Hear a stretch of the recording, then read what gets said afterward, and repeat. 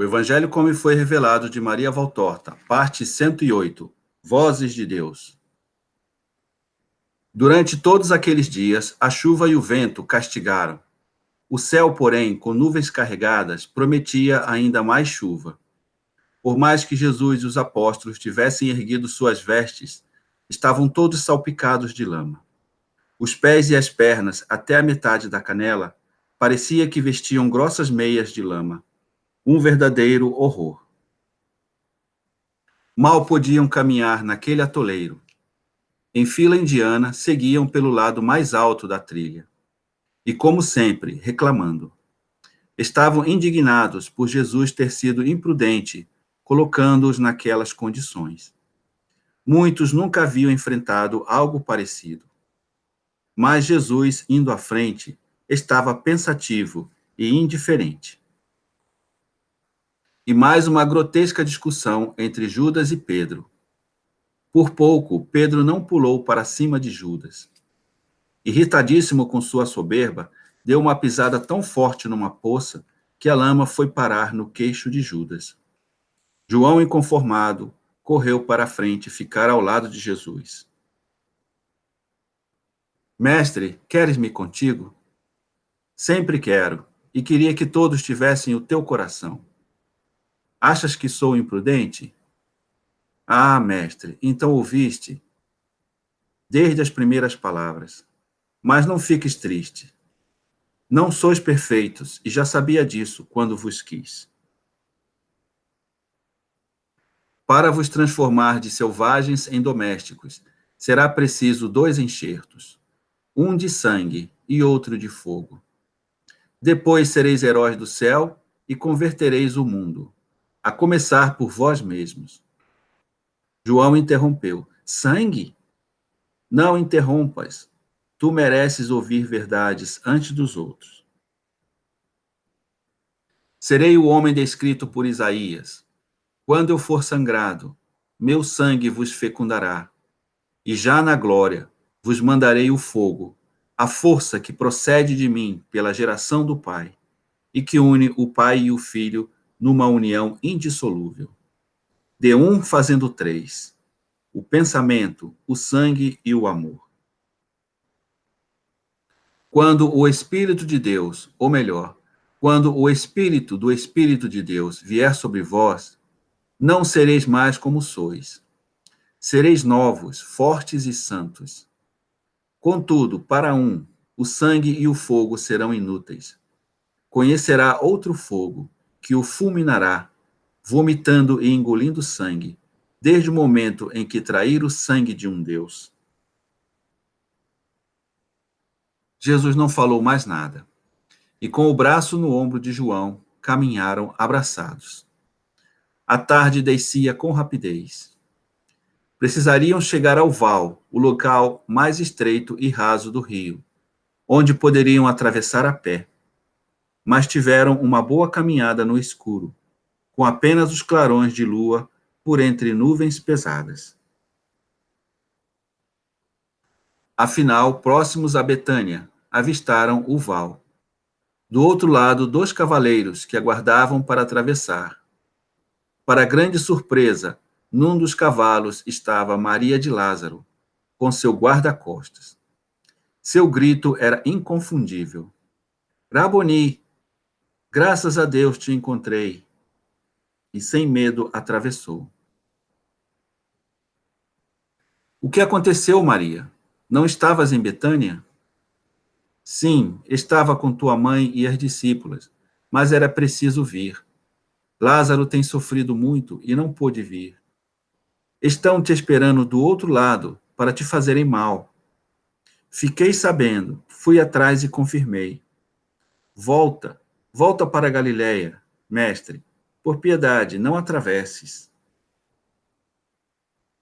Maria, não é hora ainda, mas farei como dizes. Voltarei.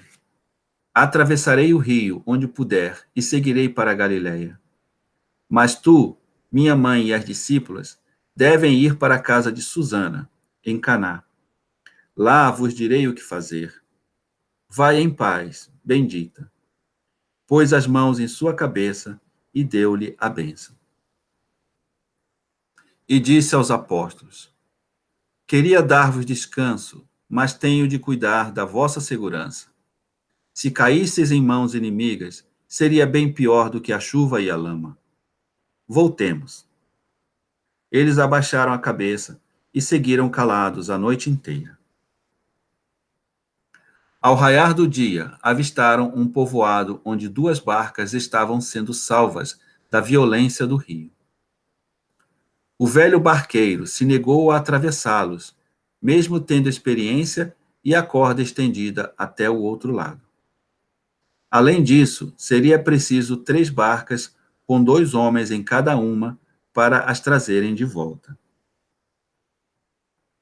Diante da recusa, Pedro se inflamou. Não te recuses, homem. Aqui está o Rabi de Nazaré. Misericórdia, ó Rabi, me perdoa. E logo foi buscar as barcas e chamar os genros e filhos.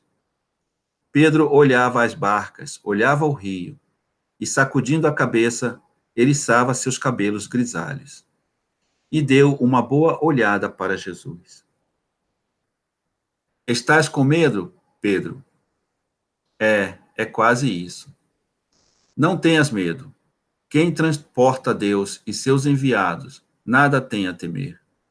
Eu vou na primeira barca. E em pé, parecia falar com o rio.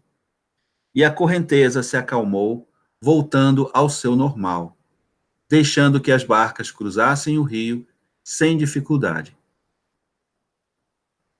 O barqueiro estava pasmo. Mestre, és verdadeiramente poderoso. Por que poderoso? Tu barraste a correnteza do Jordão na cheia. Josué já havia feito este milagre, desaparecendo com as águas para fazer passar a arca. E tu, homem, fizeste passar a verdadeira arca de Deus, disse Judas Tadeu. Deus Altíssimo, eu creio sim. Direi o que vi pelas cidades e povoados. Mas volta, mestre. Temos muitos doentes. Vem para curá-los. Eu virei. Por enquanto, vá pregando em meu nome a necessidade da fé e da santidade. Vai em paz e volta tranquilo. E assim, seguiram viagem pela estrada principal que ia a Galiléia. Mas a dúvida era se conseguiriam voltar a tempo para Jerusalém. Eu não sei, disse Jesus, mas confio em Deus. Se ficarmos atrasados, não será culpa minha. Teríeis suportado este enfrentamento, estando tão cansados? Tens razão, mestre. Parece que o demônio tem soprado seu forte hálito sobre nós, disse Zelotes. Pois é, o homem se cansa fácil, quer tudo com rapidez e sonha com coisas tolas. E no fim se desespera quando vê que a realidade é outra. Não lembra que Deus onipotente, que tudo pode, quis transformar o caos do universo por fases, ordenadas e separadas por espaços de tempo que chamou de dias. Agora devo transformar o caos espiritual deste mundo no reino de Deus. E o farei. Construirei suas bases, como já tenho construído, devendo quebrar a rocha duríssima para formar dentro dela os fundamentos que jamais se abalarão. Vós levantareis lentamente os muros e vossos sucessores continuarão esta obra em altura e largura. Como darei minha vida por esta obra, assim também vós. E na continuação haverá outros e mais outros que morrerão de modo cruento ou não, consumados por este trabalho que requer espírito de imolação, generosidade, lágrimas e sangue, além de uma paciência sem limites. Pedro se aproximou e quis saber o que falavam. Falávamos da futura igreja.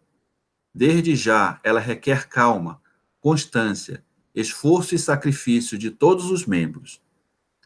De mim, que sou o fundador, serei a cabeça mística para todos os que terão o nome de cristãos e fizerem parte da Igreja Universal. Por vezes, na grande escala das hierarquias, estarão os mais humildes e insignificantes, os que parecerão apenas números, mas que, no entanto, se tornarão vitais à Igreja. Muitas vezes precisarei me utilizar destes para continuar a manter viva a fé e a força dos futuros colégios apostólicos. Muitos destes apóstolos serão atormentados por Satanás e por invejosos incrédulos. O martírio moral será penoso entre a vontade divina e a perversa vontade dos homens, instrumentos de Satanás. Tentarão com violência fazê-los parecer mentirosos, loucos ou tomados por obsessões, a fim de parar neles a minha obra. E eles resistirão?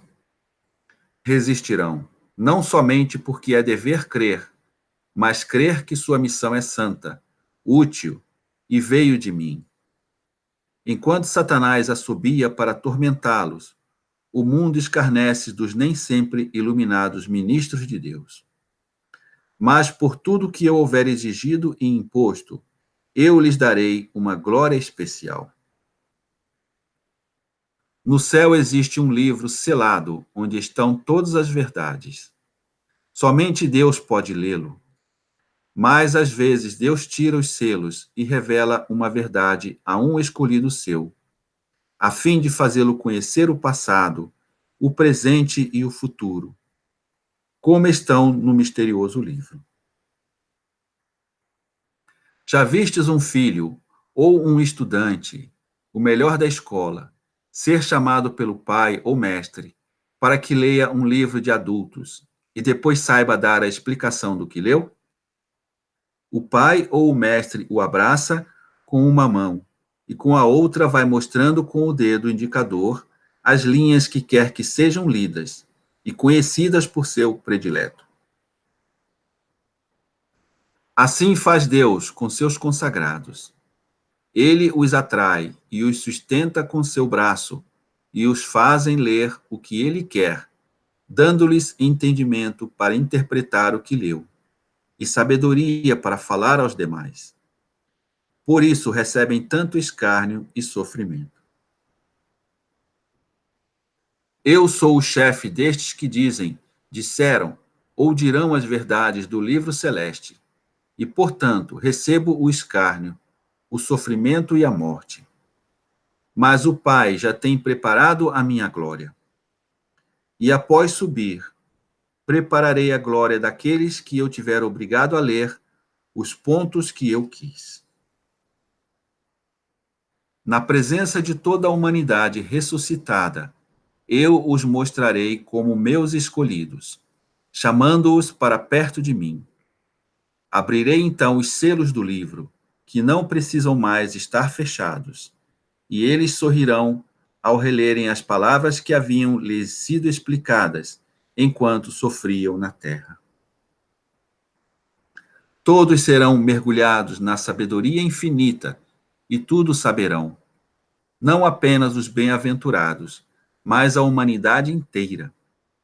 E estarão com os condenados muitos dos que zombaram das vozes de Deus, como se fossem loucos, e tenha os atormentado por causa deste dom recebido.